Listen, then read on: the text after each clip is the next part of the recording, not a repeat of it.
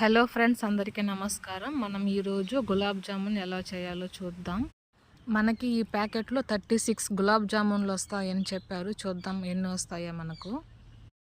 ముందుగా ఇందులోకి వాటర్ వేసుకుందాం, బాగా మిక్స్ చేసుకోవాలి.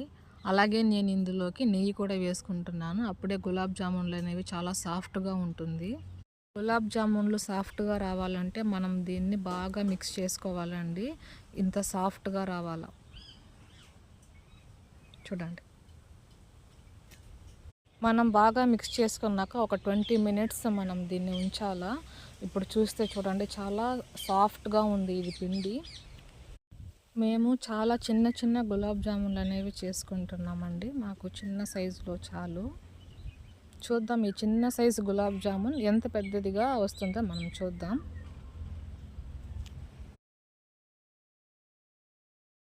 మేము గులాబ్ జామున్ బాల్స్ చేసేటప్పుడు ఎలాంటి నూనె కానీ నెయ్యి కానీ వాడలేదు చేతికి.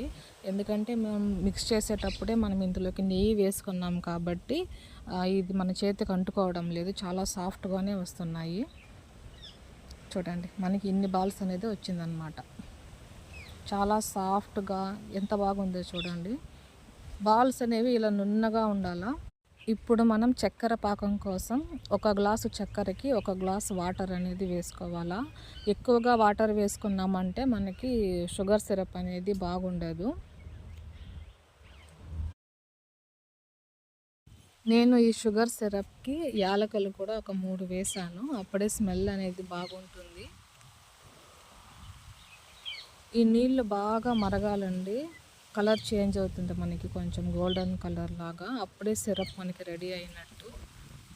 మనం రెడీ చేసుకున్న గులాబ్ జామున్ బాల్స్ని ఇప్పుడు మనం ఆయిల్లోకి వేసుకుందాం. మనకి ఇలాంటి గోల్డెన్ కలర్ వచ్చినప్పుడే మనం దీన్ని తీయాలా, లేకపోతే బాగుండదు ఇవి. ఇప్పుడు మనం గులాబ్ జామున్ బాల్స్ని షుగర్ సిరప్లోకి వేసుకుందాం. వీటిని మనం ఒక 30 మినిట్స్ ఈ సిరప్లో ఉంచాలి. ఒక 15 మినిట్స్ అయిన తర్వాత ఇంత సైజులోకి వచ్చాయండి గులాబ్ జామున్. మనం 30 మినిట్స్ ఉంచిన తర్వాత గులాబ్ జామున్ ఎలా ఉందో చూడండి ఇప్పుడు. సో ఫైనల్గా మనకి గులాబ్ జామున్ ఇలా వచ్చింది. చాలా సాఫ్ట్గా, చాలా సూపర్గా వచ్చింది గులాబ్ జామున్. మీరు కూడా ఒకసారి ట్రై చేయండి. ఈ వీడియో మీకు నచ్చినట్లయితే సబ్స్క్రైబ్ చేయండి ప్లీజ్.